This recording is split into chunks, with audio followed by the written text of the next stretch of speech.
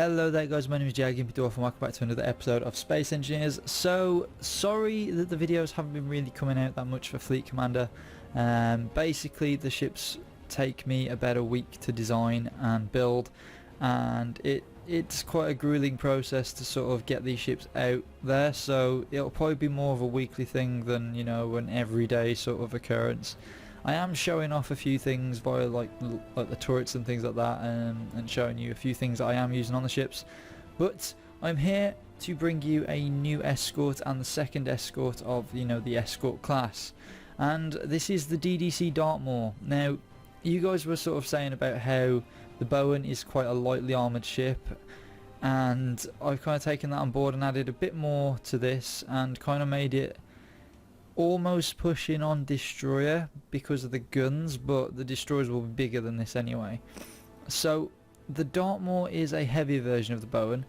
It's got a lot more armour and it's a lot bigger in height, and it's probably a bit longer as well. Now, it's not the same sort of design, it's still a boat shape. Reason for the boat shapes is because I've gone with a period where it's like, you know, 20-30 years in the future, where we are getting into space travel a lot more and getting people into space with these vessels that can fight off enemies, but they're still very much 21st century boat designs, and that's just because we haven't figured out sort of the means or the ways of generating newer crafts.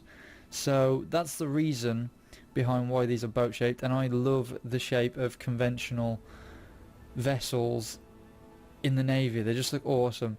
So the Dartmoor has two heavy cannons, 25cm cannons, and it has a lot of little sort of turrets that are designed to, you know, just absolutely annihilate.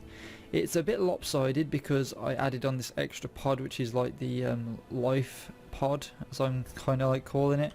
It's like an attachment that's put on the side, and that enables crew. And the way you actually sort of refuel this thing and transfer materials into it is via this sort of port here. It's a gate, a large gate, and this opens and then there's droppers under there, and I kind of put that on there just to protect them a bit more so they don't get destroyed and stop you from you know, sharing cargo. So we do have this open cockpit area again, high up out of, you know, out of the ship.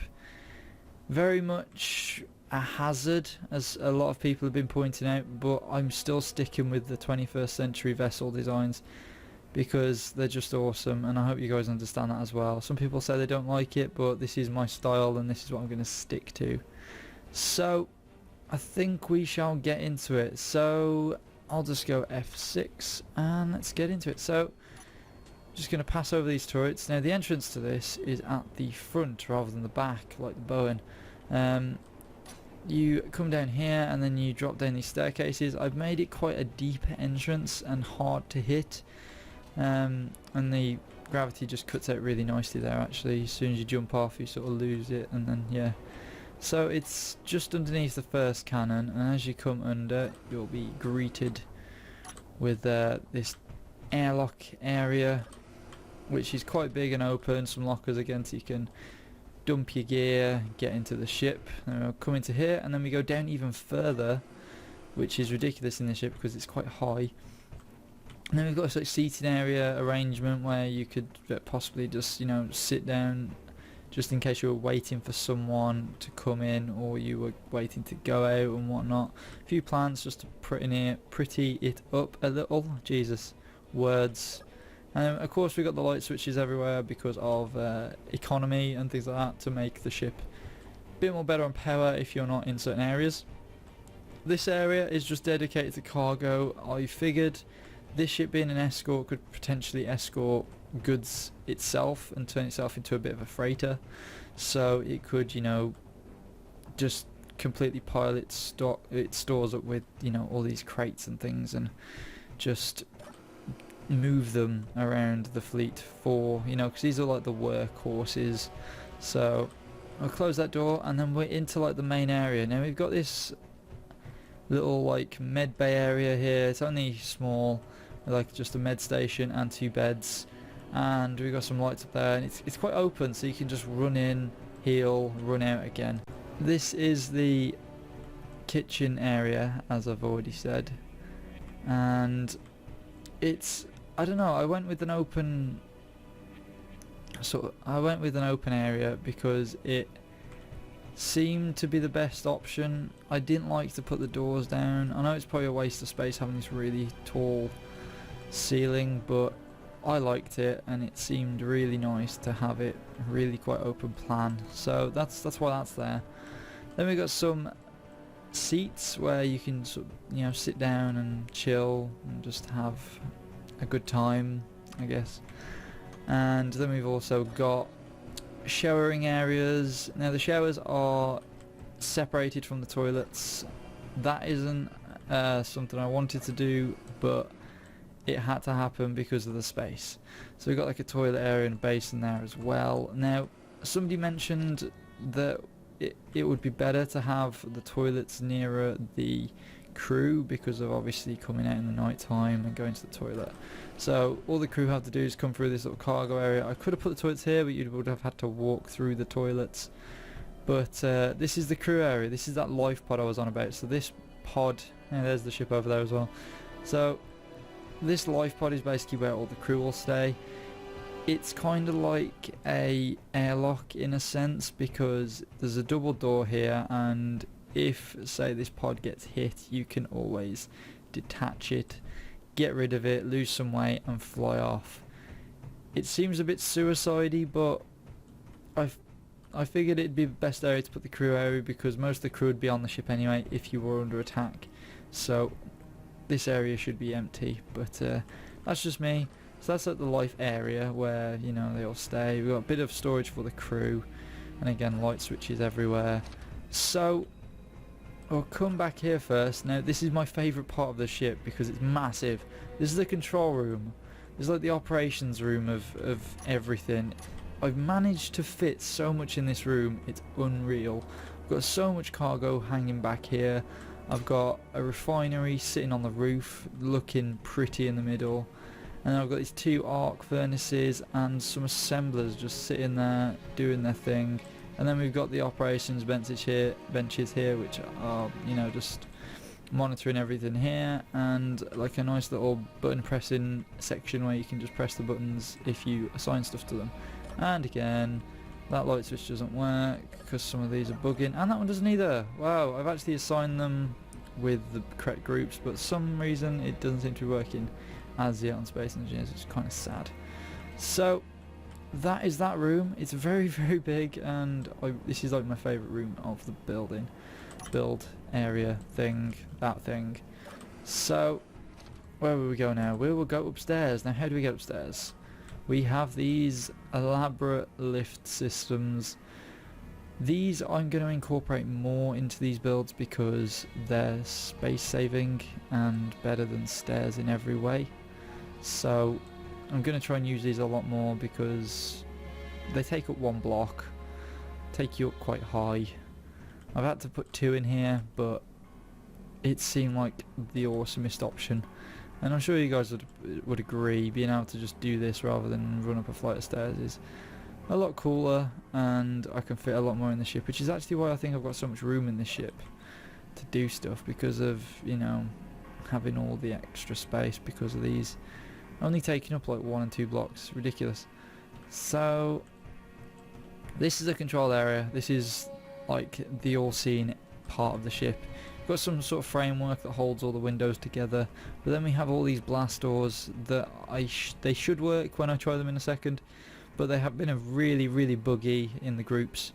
So I think we'll try that now. So if I go like this, go like that, and then come around here, what I'll do is I'll actually go indoors, and if I go 9, they all close.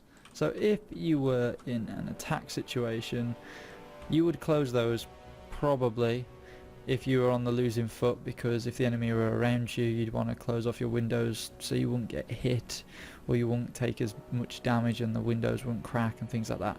So you'd be able to, you know, batten down the hatches as it were. But if you're on the winning foot and you wanted to see where your enemy was, and you know, you could open them up, have a look around you, full 360 view, and just be like enemies right behind us or enemies to the left, to the right, whatever.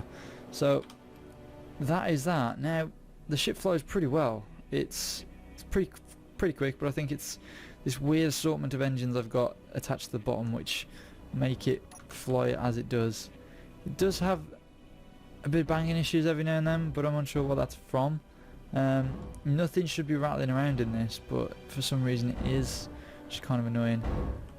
You can hear it now. It does my head in, and it does turn pretty damn fast for a ship of its kind. And you know, you can properly maneuver this thing. It's awesome. So, oh, we're drifting to the side a little bit here. I'm just going to slow down. I'll let it do its thing while I walk around. And last but not least, we have a bunch of chairs that, as I showed you with the Bowen, have certain like specific roles in the ship. This one is the communications chair. You've then got the operations chair. Now this has a cool feature. If I go F8, find the ship, fly to the back, and if I turn the door on and open it, this is the dropper system I was on about. So you'd be able to drop all your resources and everything in there, and then when you want it to close up, you just close it again, and then you're safe. You can then hopefully protect that a bit more from enemy encounters and be so much better off after a battle, because you'll be able to actually, you know, refuel and stuff. So we've got that one. Then we've got the gunner chairs. Now the guns have been improved, because the guns actually allow you to, if I turn the ship away from that area, there we go. So I can actually fire single weapons now, because they've allowed it so you can just tell specific things to shoot. So this gun can, you know, I can rotate it there, I can rotate it there, I can go 6 if I want to, and I can fire the singular gun on its own, which is something that's the game's been, you know, been begging for a while, and they just haven't added it. So that's absolutely awesome. So I think that's all I have to show of the Bowen. Not the Bowen, the Dartmoor. Getting all confused now.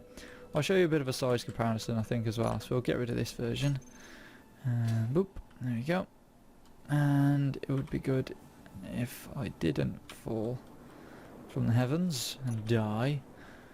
So this is the size comparison between the Dartmoor and the Bowen.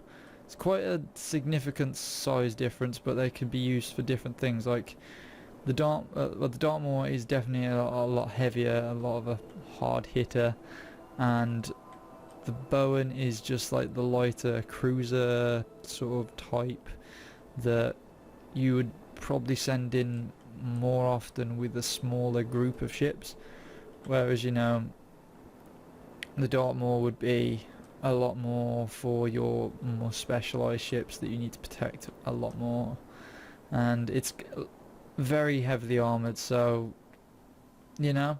But those are those two. They will probably go up on the workshop sometime this week. I'm not going to do it now, I just figured I'd show you, but they will go up sometime this week, and I'll make sure to tell you guys about that in the next video. So if you guys have enjoyed, please like, favourite, and of course subscribe for more. Thank you for subscribing. We hit like 3,000 subs, it's absolutely amazing, and I'll see you guys later. Peace.